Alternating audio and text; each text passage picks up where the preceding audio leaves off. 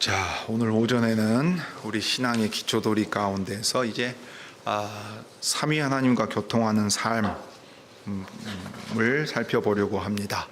그래서 이 하나님과 교통한다 그럴 때 우리 편에서 하나님께 나아갈 때는 이 기도가 하나님과 교통하는 가장 이 중요한 방편이 됩니다.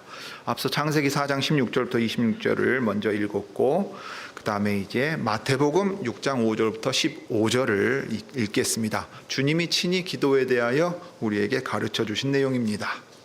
신약성경 마태복음 6장 5절부터 15절을 읽겠습니다. 또 너희가 기도할 때에 외식하는 자와 같이 되지 말라. 저희는 사람에게 보이려고 회당과 큰 거리 어귀에 서서 기도하기를 좋아하느니라. 내가 진실로 너희에게 이르노니 저희는 자기 상을 이미 받았느니라. 너는 기도할 때에 내 골방에 들어가 문을 닫고 은밀한 중에 계신 내 아버지께 기도하라. 은밀한 중에 보시는 내 아버지께서 갚으시리라. 또 기도할 때에 이방인과 같이 중언부언하지 말라. 저희는 말을 많이 하여야 들으실 줄 생각하느니라. 그러므로 저희를 본받지 말라. 구하기 전에 너희에게 있어야 할 것을 하나님 너희 아버지께서 아시느니라. 그러므로 너희는 이렇게 기도하라. 하늘에 계신 우리 아버지여, 이름이 거룩히 여김을 받으시오며 나라의 임하옵시며 뜻이 하늘에서 이룬 것 같이 땅에서도 이루어지이다. 오늘날 우리에게 일용할 양식을 주옵시고 우리가 우리에게 죄 지은 자를 사하여 준 것 같이 우리 죄를 사하여 주옵시고 우리를 시험에 들게 하지 마옵시고 다만 악에서 구하옵소서. 나라와 권세와 영광이 아버지께 영원히 있사옵나이다. 아멘. 너희가 사람의 과실을 용서하면 너희 천부께서도 너희 과실을 용서하시려니와 너희가 사람의 과실을 용서하지 아니하면 너희 아버지께서도 너희 과실을 용서하지 아니하시리라. 자, 사랑하는 교우 여러분, 우리가 이제 하나님을 반역하여 죄 가운데 태어난 사람은 반드시 다시 태어나야 한다. 그런데 이 다시 태어나려면 위로부터 보내시는 성령님으로 말미암아 말씀을 깨닫게 하셔서 거듭나게 하신다 하는 것을 생각했습니다. 이렇게 거듭나게 하신 사람들은 바로 그 말씀을 계속해서 가르치시는 진리의 영 성령께서 그리스도의 가르침을 깨닫게 하시고 그리스도의 뜻대로 행할 수 있게 하십니다. 그렇게 함으로써 이제 성령님이 인도하신다, 주장하신다 하는 그 열매를 맺게 됩니다. 이게 성령을 좇아 행하는 신자의 삶입니다. 자, 그럴 때 이제 진리의 영이신 성령께서는 기록된 하나님의 말씀을 가르치시고 깨닫게 하시고 또 그걸 행하고자 하는 마음을 불러일으키시죠. 그 다음에 실제로 행할 수 있는 힘을 주십니다. 그 다음에 오늘 오전 공부 때 좀 강조하며 말씀을 드린 것인데, 오늘날 신자들이 아주 간과하는 한 가지 요소가 있습니다. 하나님께서는 명백하게 우리에게 나타내신 뜻을 통해서 먼저 그 뜻을 깨닫고 행하라 하십니다. 그러면 기록된 말씀에 있는 뜻을 명백하게 드러내시고 가르치시지요. 그와 동시에 사람으로 하여금 하나님께서 창조하신 세상에서 여전히 하나님의 형상으로서의 사명을 가지고 있습니다. 그러니까 땅을 정복하고 다스려야 될 사명을 우리 시대는 이제 어떻게 행사하느냐 하면 수많은 것들을 연구하고 발견하여서 하나님께서 창조하신 세상은 이러이러한 법칙을 가지고 있다 하는 것을 우리로 알게 하십니다. 구원자이실 뿐만 아니라 창조주이시라 이 말입니다. 창조 세계를 다스려 가시는 그 섭리의 일 가운데 오늘날 수많은 학문이나 또 연구의 결과들은 하나님께서 창조하신 세상의 이 질서들과 법칙들을 우리에게 알려줍니다. 그러니 이것도 해와 달이 증거하고 있는 하나님의 뜻이라 이 말이에요. 자연 법칙을 무시하고 기도해서 병 낫는 것이 믿음의 으뜸 가는 것이 아닙니다. 병이 들면 병원에 가는 것이고, 주님이 이 통상적인 방법과 법칙들을 쓰셔서 우리에게 그 은혜를 나타내 주시기를 구하는 것이 신자의 마땅한 사명입니다. 학생 여러분, 그러니 믿음을 가진 사람은 열심히 공부하는 사람이에요. 창조 세계를 살피고 연구하고 감탄하며 찬송하는 사람입니다. 그리고 그 믿음을 가진 사람들은 이 하나님의 말씀을 따라 사는 사람들입니다. 자, 그럴 때 하나님께서 우리를 찾아오실 때는 말씀하신다 하는 것으로 교통하십니다. 여러분, 교통이라는 말의 뜻이 무엇입니까? 서로 오가는 겁니다. 서로 오가니까 하나님께서 우리에게 오실 때는 말씀하시지요. 우리가 깨달을 수 있는 방식으로 알리신다 이 말이에요. 그래서 말씀하십니다. 자, 그 다음에 하나님이 오셨으니까 우리도 하나님께 가야죠. 그러면 하나님께 갈 때 하나님과 교통하는 방식이 뭐냐 하면 그 대표적인 게 바로 기도입니다. 기도예요. 우리는 기도 그러면 눈 감고 무언가를 요구하는 것, 종교하는 형식 이렇게만 생각하는데, 이 기도가 본질적으로 무엇인가 하는 것을 좀 다시 생각할 필요가 있습니다. 자, 하나님은 살아계시는 인격적인 존재시고 우리와 인격적으로 교통하시는 분입니다. 그래서 우리에게 찾아오시고 우리가 알 수 있는 방식으로 당신을 알려주시지요. 그러니까 우리가 말씀을 먼저 듣고 깨닫는 겁니다. 자, 그러면 하나님께서 우리에게 말을 건네셨으니까 우리는 어떻게 반응해야 마땅하겠습니까? 응답하지요. 대답한다고요. 하나님께서 오실 때 부르신다는 말이 그 말이에요. 부르시잖아요. 자, 여러분, 제가 여기 2층 예배당 문을 열고 계단에 내려가는데 누군가 갑자기 목사님, 김 목사님 이런 말을 하는 걸 들었어요. 그럼 제가 어떻게 반응할까요? 그 소리가 나는 쪽을 쳐다보면서 예, 저 부르셨습니까? 예, 무슨 일이십니까? 이렇게 대답하겠죠. 똑같은 거예요. 하나님께서 부르시면 우리가 예, 부르셨습니까? 하고 대답한 다음에 그러면 저희가 이제 하나님을 향하여 있으니까 하나님께서 우리에게 이러이런 말씀들을 주신단 말이죠. 그러니까 우리가 말씀을 듣습니다.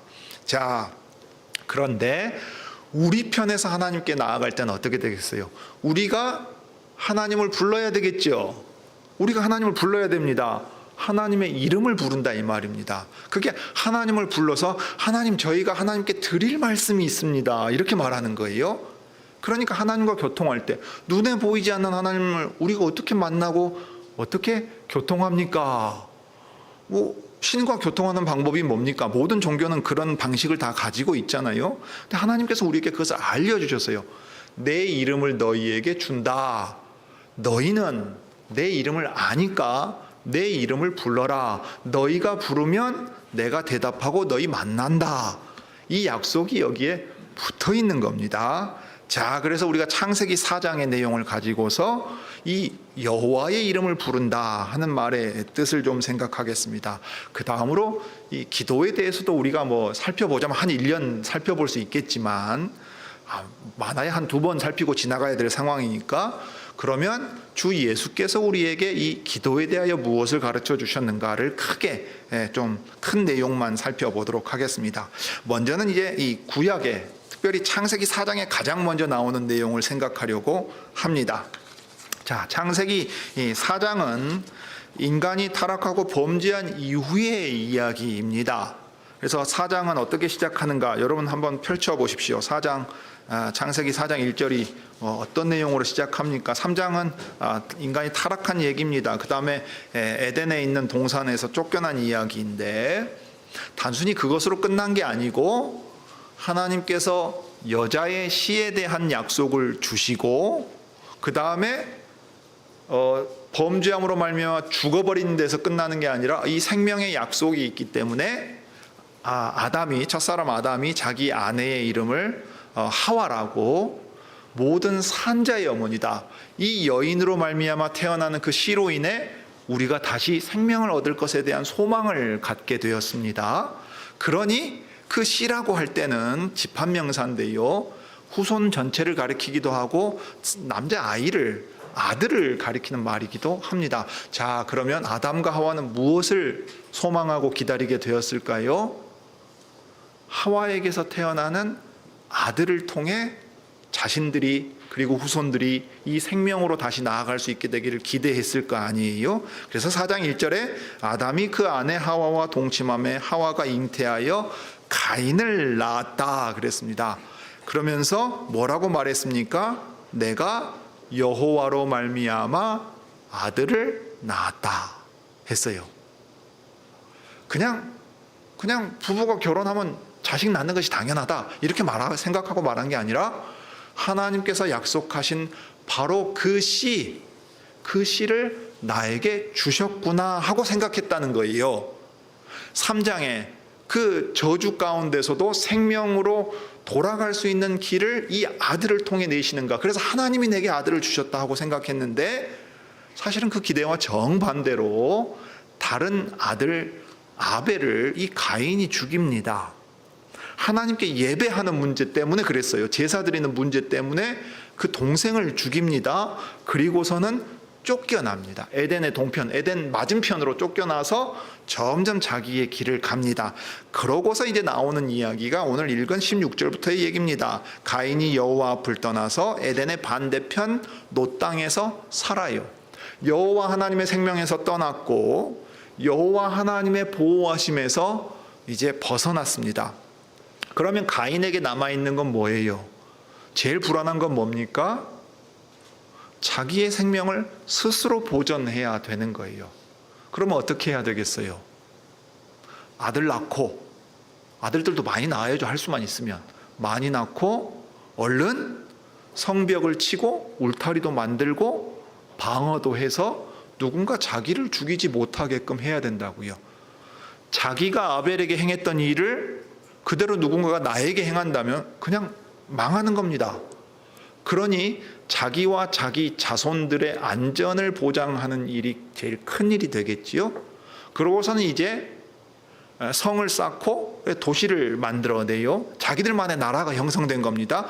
한 도시로 이루어진 국가가 형성되는데 여기에 왕은 이제 그냥 자기들인 거죠. 그러면 하나님을 왕으로 모시고 살면서 하나님을 경배할 그런 여지가 여기는 사라져요. 그들 자신을 즐겁게 하기 위한 문화가 꼽힙니다. 왜냐하면 그들의 인생의 목적은 자기의 안전을 보장받고 자기들의 즐거움을 추구하는 거예요. 이게 모든 사람들의 기본적인 모습입니다. 그런데 하나님께서 창조하실 때의 그 모습은 여기에 나타나지 않지요. 라멕으로 가면 어떤 모습이 나타납니까? 한 남자와 한 여자가 혼인하여 가정을 이루고 자녀를 낳아서 하나님의 형상으로서의 사명을 수행하라 하셨는데 그 일을 행하지 않고 자기 원하는 대로 아내를 취하지요. 둘을, 아다와 실라를 취합니다. 그러고선 어떻게 삽니까? 자기의 힘을 자랑합니다. 자기 부인한테, 두 부인한테 이렇게 말이요. 이러면서 남자들 특유의 그 거드름 떠는 모양새로 보시면 좋아요.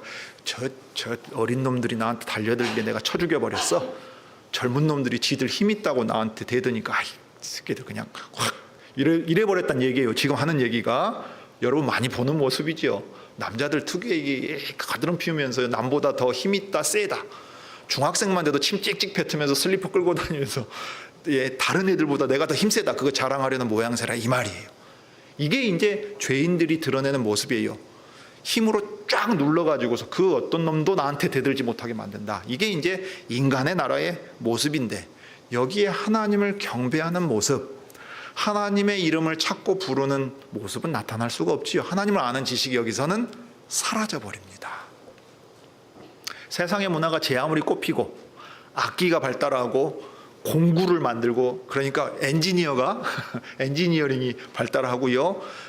예술이 꼽히고 다른 무엇이 발전한다 할지라도 하나님의 이름이 그 안에 없습니다. 하나님의 복주심도 없어요. 자, 인류의 역사 자체가 암담하잖아요. 그러나 그것으로 끝나지 않습니다. 하나님의 약속이 남아 있었어요. 그래서 아담이 다시 자기 아내와 동침하였다 하는 얘기가 25절에 나옵니다. 여러분, 아담과 하와의 심정이 어떠했겠어요? 자기들의 죄가 얼마나 끔찍한 것인가를 경험하고 있었을 뿐만 아니라 자기의 아들에게 소망을 뒀는데 이 아들이 다른 아들을 죽였단 말이에요. 하나님에게서 쫓겨나 버렸어요. 정말 아담과 하와의 심정이라는 건 이루 말할 수 없었을 거예요. 여러분, 동양에서 특히 우리나라에서 이런 말을 하잖아요. 인생 살면서 가장 고통스러운 거는 부모가 자녀 먼저 떠나보내는 겁니다. 제가 이번 주 중에 제 후배 되는 이 장례식장에 다녀왔는데 그런 걸 봤단 말이에요. 경험했단 말이에요. 본단 말이에요. 얼마나 슬프냐 이 말입니다. 그런데 그것이 다가 아니죠. 하나님 앞에서 이 죄가 얼마나 끔찍한가 하는 걸 본단 말이죠. 그렇지만 그들 안에 남아있는 소망, 다시 아들을 낳고 그 소망을 포기하지 않은 채 이렇게 말해요. 하나님께서 가인에게 죽은 아벨 대신에, 가인이 그 씨라고 생각했는데 정반대였구나. 아벨이 도리어 이 믿음을 지키고 하나님께 참되게 예배하는 사람이었구나. 그런데 이 하나님의 이름을 부르는 것이 우리 대에 끝나버릴 것인가 생각했는데 그렇지 않고 아벨 대신에 다른 씨를 나에게 주셔서 이 소망을 이어가게 하셨구나 하는 거예요. 그러니 하나님께서 저주받은 인간들의 세상에 다시금 생명으로 돌아가게 만드시는 이 복주심과 은혜를 베푸실 때 결국 무엇이 그 핵심에 있겠습니까? 문화가 꽃피고 찬란하게 부를 축적하고 자기의 안전을 보장받는 게 핵심이 아니겠지요? 하나님을 하나님으로 바로 알고 예배하는데 그 핵심이 있어요. 아벨의 이야기나 오늘 여기 셋에 대한 이야기도 마찬가지입니다. 그래서 그 이름을, 아들의 이름을 셋이라고 하고 그 셋이 아들을 에노스라고 낳을 때 그 다음에 아주 중요한 내용이 26절 중반부 이하에 기록됐어요. 그때 비로소 사람들이 여호와의 이름을 불러 예배하기 시작했다. 세 번역은 예배하기 시작했다고 했어요. 그때 비로소 여호와의 이름을 부른 겁니다. 여호와를 아는 지식이 끊어져 버리지 않고 셋과 에노스 이 자손들을 통하여 이어져 가는 거지요. 하나님의 백성들이 소수지만 남아 있습니다. 그 백성을 특징 짓는 가장 대표적인 특징이 뭐냐? 여호와를 알고 그분을 찾고 그분께 나아간다는 데 있습니다. 여기 이름을 부른다는 것은 기본적으로는 기도하는 거예요. 하나님 하고 부르면 하나님께서 대답하시고 오냐, 나 불렀느냐, 무슨 일이냐. 자녀가 부모 찾을 때하고 똑같아요. 여러분, 부모들은 학생들이 아침에 자기 부르면, 특히 엄마들은요, 막 후다닥 애가 학교 가려다가 엄마 이렇게 급하게 부르면은 왜 부르는지 다 알아요. 뭐 빠뜨렸어? 뭐 돈 달라고? 아니면 뭐 놔뒀어? 이렇게 물어본단 말이죠. 알거든요. 그래서 바로 대답하잖아요. 그것과 똑같아요. 우리가 하나님께 나아갈 때 하나님의 이름을 우리에게 알려주셨으니까. 특히 구약에서는 여호와, 언약의 주님으로 우리에게 알려주셨고, 이 여호와께서 아버지와 아들 성신 삼위 하나님이시라는 걸 이 예수님께서 마태복음 28장에 기록된 그 세례를 주라 명하시는 것을 통해서 알려주셨잖아요. 여호와 언약의 주님이 삼위 하나님이시다 하는 걸 알려주셨어요. 그러니 아버지의 이름과 아들의 이름과 성신의 이름이 우리에게 주신 바 되고 우리가 그 이름에 연합되어 있어요. 그리고 사도행전에 보면 우리는 그리스도인이라 불립니다. 그리스도의 사람들, 그리스도의 추종자들이라고 다른 사람들이 불렀겠지만 우리가 그리스도의 이름을 가진 사람들이에요. 그러니까 그 이름을 부르면 우리는 그 이름을 알고 있고, 이름을 부르면 하나님께서 우리를 만나주시고 응답하신다. 이게 기도의 가장 중요한 내용입니다. 하나님이 우리를 찾아와서 우리를 부르실 때는 말씀하시고, 우리가 하나님께 응답할 때는 하나님의 이름을 부르며 기도로 나아갑니다. 그런데 이 기도한다 하는 것, 하나님의 백성들 전체가 어떤 특징을 가지는 거잖아요. 그 백성들 전체가 하나님의 이름을 부른다 그러면 무슨 의미가 되겠습니까? 우리 모두가 하나님의 백성으로서 하나님을 찾고 하나님께 나아가 하나님께 말을 건네는 거예요. 그리고 하나님과 교통하는 거예요. 그래서 이렇게 하나님을 섬깁니다. 그래서 이 기도로 예배를 대표합니다. 공예배가 하나님의 이름을 부르는 것으로 이 기도가 예배를 대표하는 형식을 취하게 돼요. 그뿐만 아니지요. 여러분, 각 사람이 하나님과 직접 교통합니다. 제사장이 있어서 그 사람 통하지 않으면 안 된다. 그게 아니에요.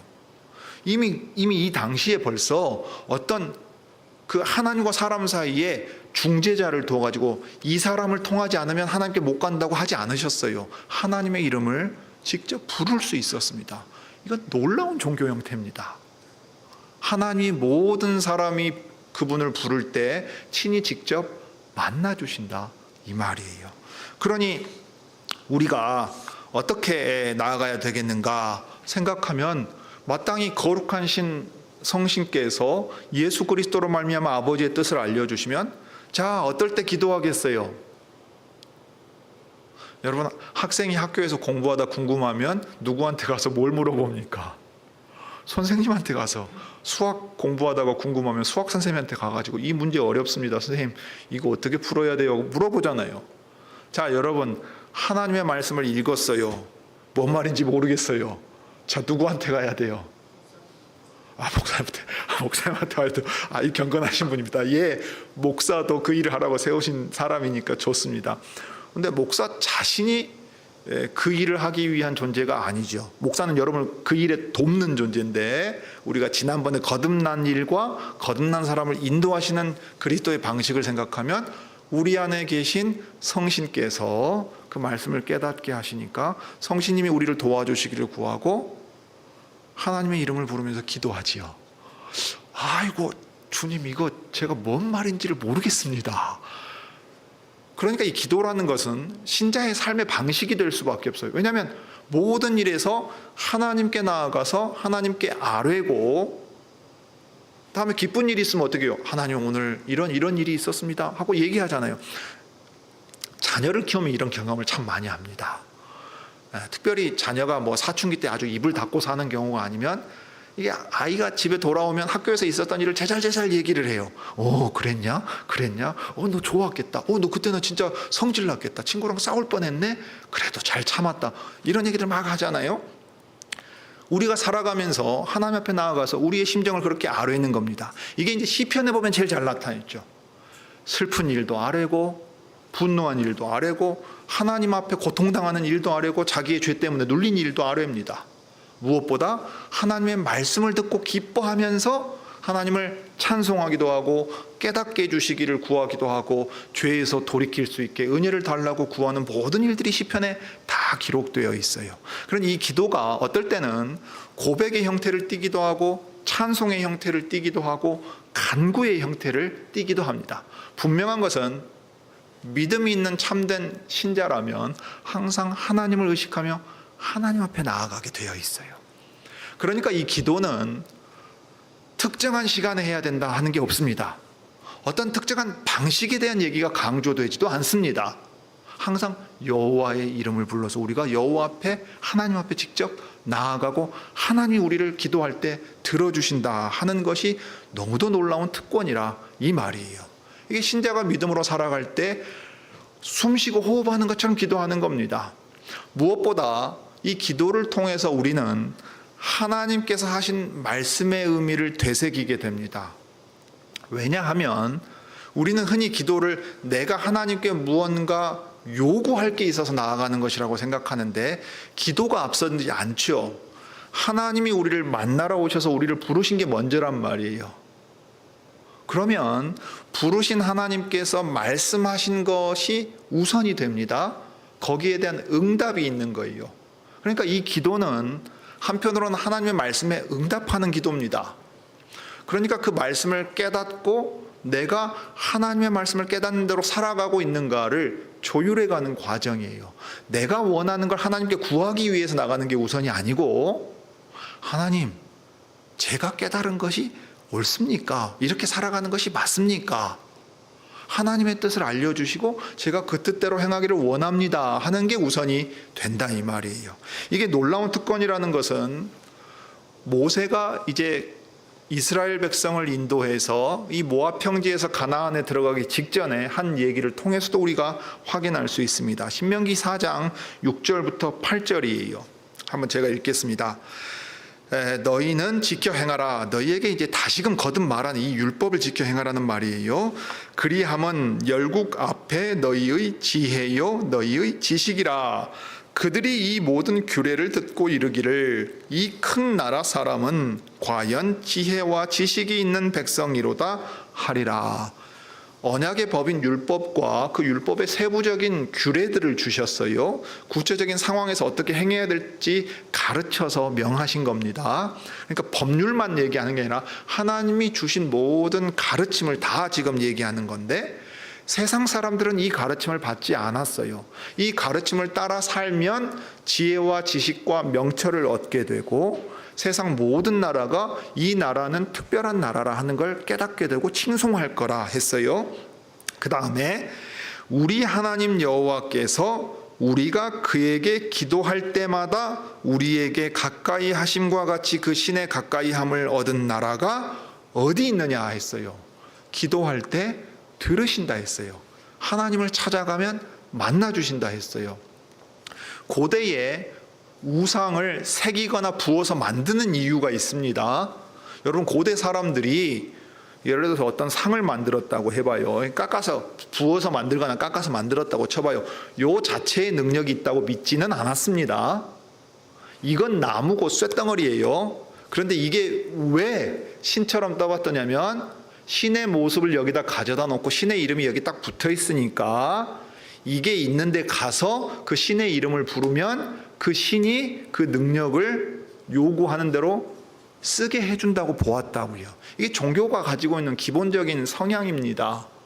이게 우상과 하나님을 섬기는 것이 어떻게 다르냐 할 때 기도의 응답의 양태입니다. 하나님께 직접 나아간다 하는 거, 새긴 형상이나 부어 만든 형상을 통하지 않는다는 거, 하나님의 가르침에 기초해서 나아간다는 그 특징이 이 구약의 종교에 있어서 뿐만 아니라 신약의 종교에 있어서 일관되게 흘러오는 가르침입니다. 이게 하나님의 백성이 누리는 가장 큰 특권 중에 하나예요. 지혜와 명철의 말씀을 듣습니다.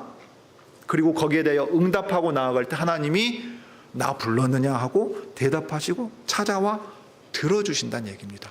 우리와 항상 함께 하시고 가까이 계신다, 이 말이에요.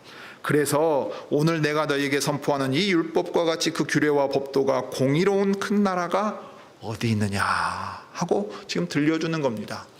오늘날 예수 그리스도로 말미암아 하나님의 나라가 이 땅에 교회의 형태로 들어설 때, 그래서 내가 분부한 모든 것을 가르쳐 지키게 하라, 구약으로 치면 이 지혜와 명철을 주는 이 하나님의 법을 받은 나라가 어디냐 하는 말과 같은 거예요. 이걸 성령께서 깨닫게 하셔서 행하게 하십니다. 그와 동시에 성령님으로 말미암아 그리스도를 힘입어 아버지의 이름을 불러 아버지께로 바로 나아갈 수 있어요. 목사를 통해서 나아가는 게 아니고, 예배당에 나와야만 되는 게 아니고, 밤 12시가 돼서 기도해야만 되는 게 아니라 이 말이에요. 언제 어느 때든 예수 그리스도의 이름으로 아버지께 나아가면 들어주신다고요. 자, 요한복음 14장 다시 떠올려 보십시오. 예수님이 아버지의 오른편에 올라가신 이후에 아버지께 무엇을 구하라 하십니까? 어떻게 구하라 하십니까? 내 이름으로 구하라 하십니다. 예수님의 이름으로 구하라는 얘기는 우상을 섬길 때처럼 주문 사용하듯 하라는 게 아닙니다. 예수님의 이름으로, 예수님의 이름으로 이렇게 하라는 게 아니에요. 예수님의 이름으로라는 말은 뭐냐면 예수님이 아버지께 요구하시는 그것을 우리가 요구한다는 거예요. 예수님이 이거 갖다 달라 그러셨는데요, 우리 아버지가 이거 달라 그러셨는데요, 그러면 준단 말이에요.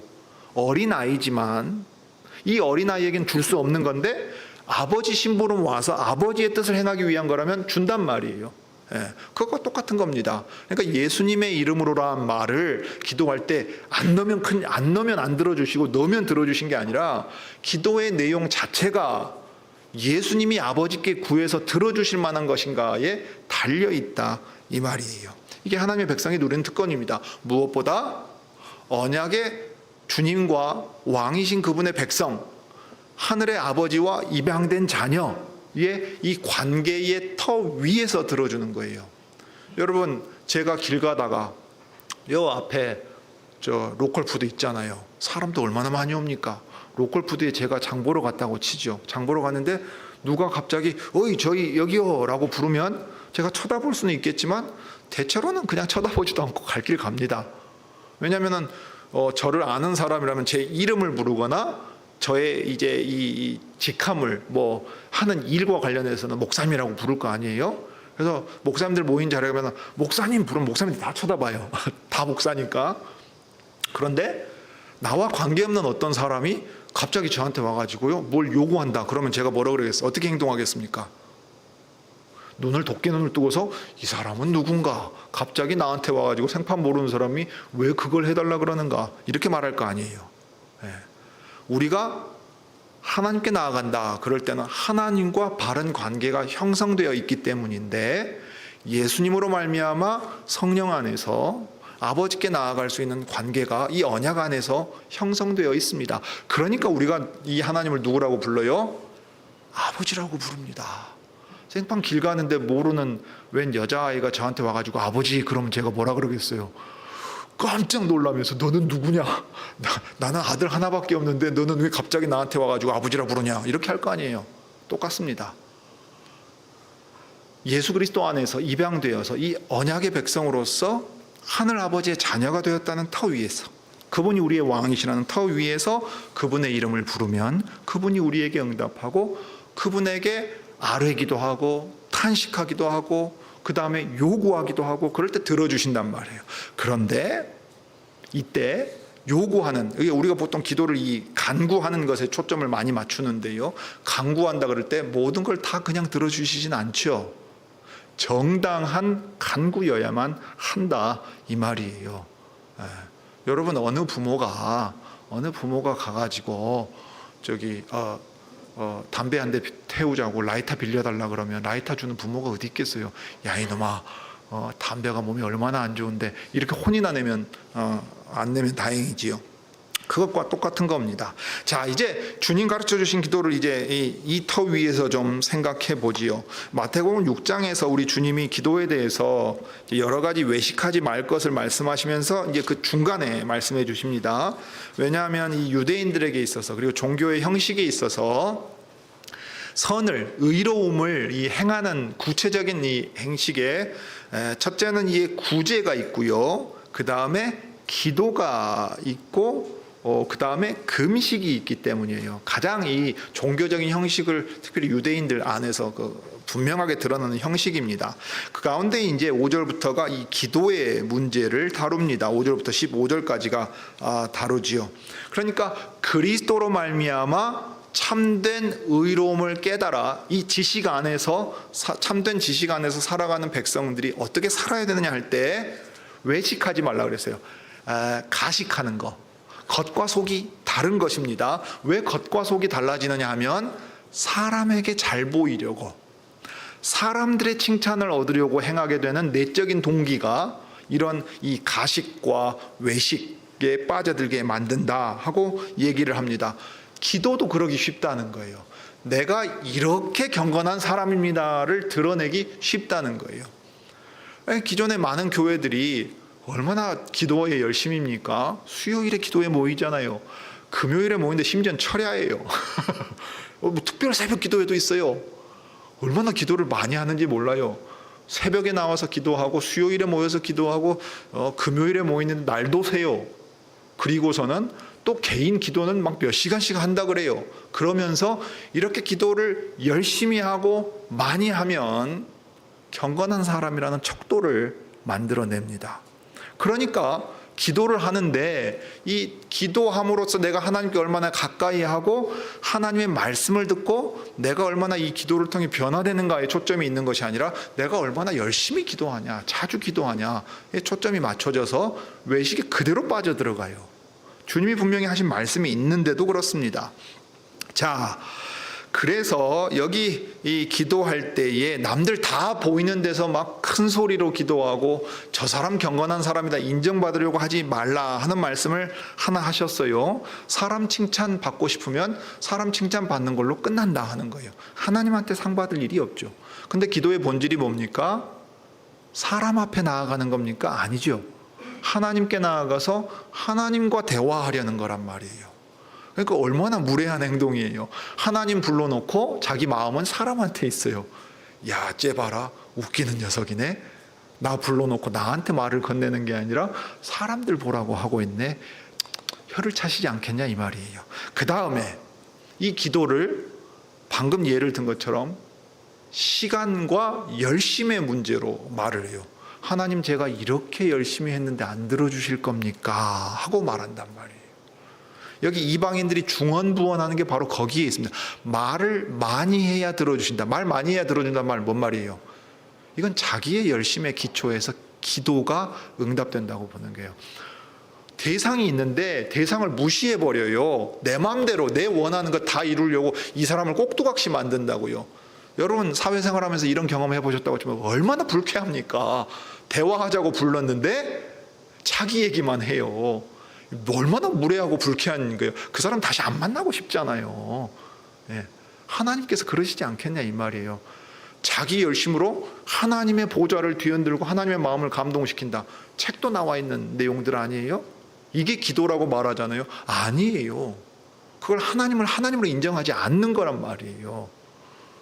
여러분, 우리가 기업체 신입사원이라고 생각해 보세요. 예, 굴지의 대기업 S사의 신입사원이라고 생각해 보자고요. 자, 회장님이 갑자기 나를 불렀어요. 그럼 내가 회장님 만나러 간다고 생각해 봐요. 여러분 어떤 마음이 들 것 같습니까? 신입사원이 부장만 만나러 가도 벌벌 떨 텐데 오늘 내가 뭘 잘못했나? 왜 부장님이 나를 부르나? 그럴 거 아니에요. 그런데 임원도 아니고 부문장 그룹장도 아니고 저기 회장이 나를 부른다 치면은 이게 뭔 일인가 안 믿어질 거란 말이에요. 그러면서 양복 다 갖춰 입고 구두 광내고 머리 이거 손질하고 그렇게 갈 거 아니에요. 가서 말 한마디 잘못하면 큰일 날까 벌벌 떨 거 아니냐 이 말이에요. 그런데 왜 거룩하신 하나님 앞에 나아가는 일은 아무렇지 않은 것처럼 내가 원하는 거 하나님이 다 들어줘야 되는 것처럼 생각하느냐 이 말이지요. 그러니 하나님에 대한 바른 인식과 관계의 터 위에서 하나님께 우리가 나아가는 겁니다. 우리 주님이 그래서 이 말씀을 하십니다. 그러므로 저희를 본받지 말아라. 구하기 전에 너희에게 있어야 할 것을 하나님 너희 아버지께서 아신다. 하나님이 뭐 몰라서 너희한테 구하라고 하신 거 아니다 하는 거예요. 무엇을 얻어내기 위한 수단으로 기도 써먹지 말라는 겁니다. 오히려 이 기도는 우리를 깨닫게 하고 우리에게 은혜를 주시기 위한 수단이 돼요. 왜요? 우리에게 무엇이 필요한가 잘 생각해서 하나님께 아뢰면 하나님이 거기에 대해서 응답을 하세요. 응답을 하시는데 다양한 방식으로 하시죠. 정당한 것을 바른 때에 바르게 구했으면 어떻게 해요? 즉각 들어주시죠. 예, 여러분 자녀가 아침에 학교 가는데 엄마 오늘 학교에서 뭘 걷어요. 오늘까지 내야 돼요. 그럼 어떻게 해요? 주머니에서 돈 내서 줄 거 아니에요. 계좌 이체로 요즘은 다 하지만 옛날 같으면 그런다 이 말이에요. 지금 바로 들어줘야 되는 거고 정당하면 들어준다 이 말이에요. 그런데 그런 게 아니면 어떻게 하죠? 지금 당장 들어줘야 될 게 아니고 오히려 더 다른 시기에 적합하면 그때 그걸 해주죠. 심지어 잘못 구하면 어떻게 해요? 안 들어주죠. 안 들어준다고요.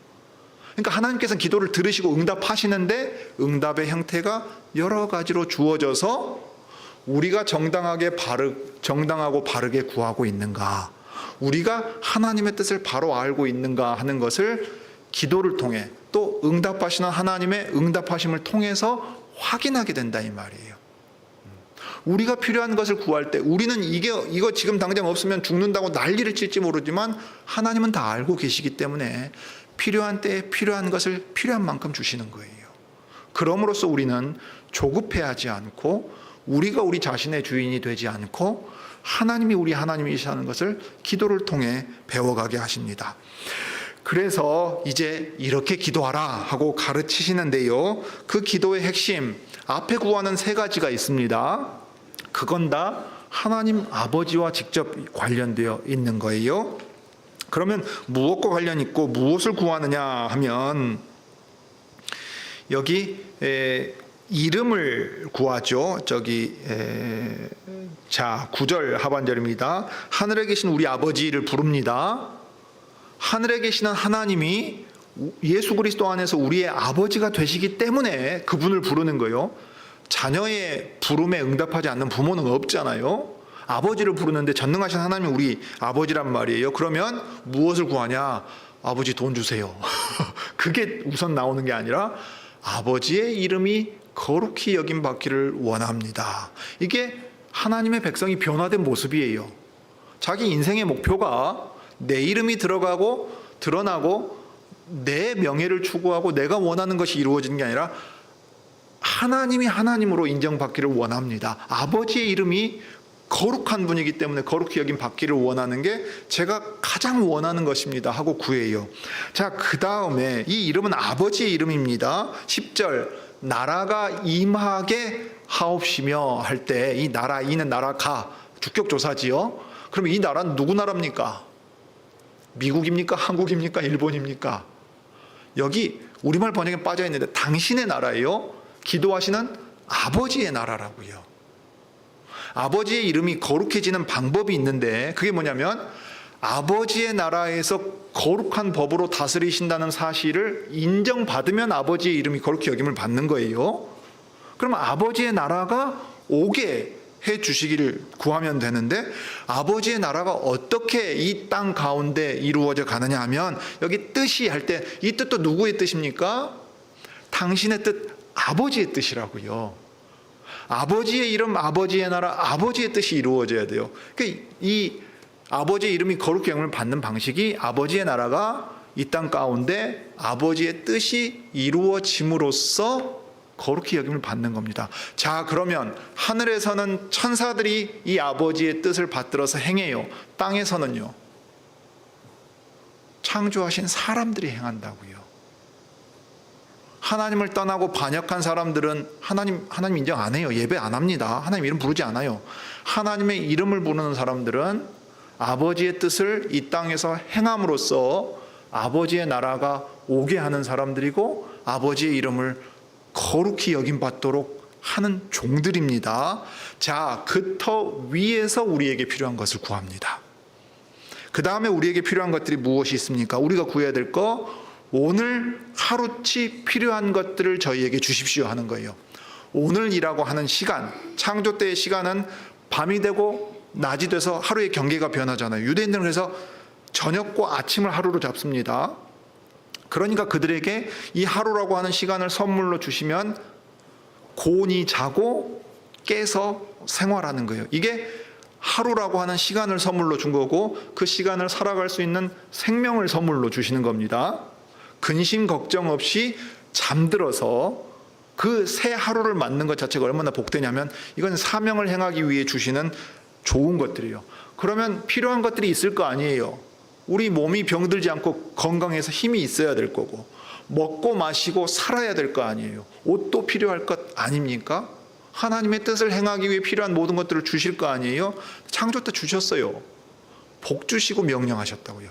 그러니까 하나님의 복은 우리에게 필요한 것을 주시는데 이게 왜 필요하냐면 우리가 아버지의 뜻을 깨달아 행하는 자들이기 때문에 그렇습니다. 아버지의 뜻을 거슬러 내 뜻을 행하려고 한다면, 내 뜻이 아버지의 뜻과 일치되지 않는다면 안 들어주세요. 안 들어주신다고요. 내 뜻이 아버지의 뜻을 이루는 것과 일치하면, 그래서 예수님의 이름으로 구하면 무엇이든지 행하게 하세요. 들어주세요. 예수님이 이 땅에 계실 때 그것보다 더 큰 일을 행하게 하셔서 아버지의 나라를 이루어가게 하십니다. 그럴 때 우리에게 아주 절실한 기도가 있지요. 무엇입니까? 죄 용서를 받았다고 하는 그 사실에 기초해야 돼요. 우리는 죄인들이라고 하는 현실적인 인식이 있어야 돼요. 안 그러면 우리는 항상 남을 용납하지 않는 존재가 됩니다. 마태복음 18장에 그거 대단히 중요히 강조한다고 그랬죠. 교회가 서는데 무엇이 중요합니까?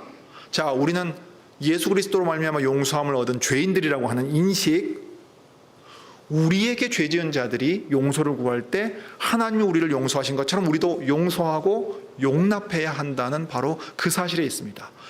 교회야말로 용서와 화해가 이루어지는 장이어야 된다 이 말이에요. 그래야 하나님의 이름이 거룩히 여김을 받고 하나님의 뜻이 이 땅에서 이루어져가고 하나님의 나라가 여기 와 있다는 것을 드러낼 수 있습니다. 그러니 죄를 용서하고 용납해 줄 뿐만 아니라 더 나아가서 어떻게 돼요? 더 이상 죄를 짓지 않도록 싸워야 할 것 아니에요. 그 악한 자가 세상을 품고서 너희도 이렇게 살아도 여기서는 이렇게 행해도 괜찮다, 아무런 문제 없다, 왜 너희만 그렇게 깨끗하고 특별하게 살려 그러느냐라고 말할 때 우리는 하나님의 백성으로서 하나님을 기쁘시게 하고 살아야 한다 하고서 살아간다 이 말입니다. 그러니 악한 자에게서 구해 주십시오. 악한 자에게서 구해 주십시오. 우리는 너무도 어리석어서 시험 가운데 스스로 빠져들어갑니다. 주님의 기도에 그렇게 가르치셨어요. 시험이 와서 나는 가만히 있는데 넘어뜨리는 게 아니고 유혹이 오면 내가 거기로 빠져들어간다 이 말이에요. 그래서 악한 자의 우리 시편 84편 찬송인데 악인의 장막에 떡하니 자리를 잡고 있는 거예요. 시편 1편 얘기하고 똑같아요. 악인의 장막에서 내가 대장 노릇하는 거, 거기서 영광을 누리는 걸 기뻐하는 게 아니라 성전의 문지기가 되는 게 나는 더 좋습니다 하고 고백한다는 거예요. 세상에서 내가 승진하고 정말 커다란 부를 얻는다는데 내 마음을 두지 않고 하나님이 기뻐하시는 일, 그래서 문지기와 같고 아무런 보잘것없는 일들을 하는 사람처럼 보일지라도 그게 제게는 기쁨이 된다 하는 마음으로 살아갑니다. 그러니 여러분, 이 기도는 무엇을 구하는 기도겠습니까? 우리가 무엇을 구해야 됩니까? 아버지의 뜻을 그리스도 안에서 성령으로 깨닫게 해주시기를, 진리의 영으로 말미암아 깨닫게 해주시기를 기도해야 되겠고, 그 뜻을 우리를 통해 행하게 하셔서 하나님 다스리시는 것을 드러내 주십시오. 행해야 돼요. 자, 그러면 우리 기도가 많이 달라져야 됩니다. 우리 기도는 대체로 우리 일상의 삶에서 내가 필요한 어떤 것들을 요청하는 기도가 가장 현실적이고 실제적이고 구해야죠. 구해야 됩니다. 근데 무엇을 위해서요? 돈을 위해서, 건강을 위해서, 평안을 구한다고 치면 도대체 그것을 가지고 뭘 하려고요? 그 목표를 우리가 다시 설정해야 돼요. 그리고 명백히 나타내신 뜻이 있으면 그것은 더 이상 구할 필요가 없어요. 왜냐? 이미 알려주셨으니까. 그것은 이렇게 되는 것이다 하고 인정하고 그 터 위에서 계속 가면서 우리가 알지 못하는 것들을 구하고 배우고 자라가는 겁니다. 그래서 기도가 은혜의 방편이 된다 그럴 때 말씀과 기도가 붙어있는 이유도 바로 여기에 있습니다. 여러분, 어떤 이들이 볼 때는 참 남부개혁교회는 기도 안 하는 교회처럼 보여요. 목사 눈 수술하고 났더니 수요일에도 안 보인다고 생각할지 모르겠어요. 여러분 정말 기도 안 하십니까? 아니죠. 여러분에게 여쭤볼게요. 기도 안 하고 살 수 있습니까? 내가 알아서 하나님의 뜻 깨닫고 알아서 잘 행할 수 있던가요? 오히려 정반대지 않습니까? 이 험한 세상 속에서 휩쓸리지 않고 주님 내 마음을 지키기 위해서는 매 순간도 주님이 지켜주시지 않으면 안 됩니다 하는 기도가 절로 나오지 않습니까? 돈이 최고인 세상 속에서 내 노후를 보장할 만한 어떤 걸 쌓아놓지 않고 내 자식들의 이 미래를 대비하지 않고 내 직장을 굳게 붙들지 않고서는 아무것도 할 수 없는 세상 속에서 기도 절로 나오지 않습니까? 신자는 기도하지 않고 살 수 없는 사람들입니다. 기도하지 않는다면 그건 내가 내 힘으로 살 수 있다고 생각하기 때문에 그래요. 그러니까 우리는 매 순간 절실히 기도하는 사람들이고 하나님의 도우심을 구하는 사람들이고 하나님의 뜻이 이루어지기를 구하면서 살아가는 사람들입니다. 여러분, 이렇게 끊임없이 무시로 기도하면서 하나님 앞에 나아가고 그 은혜를 힘입어 살아가실 수 있기를 바랍니다. 기도하겠습니다.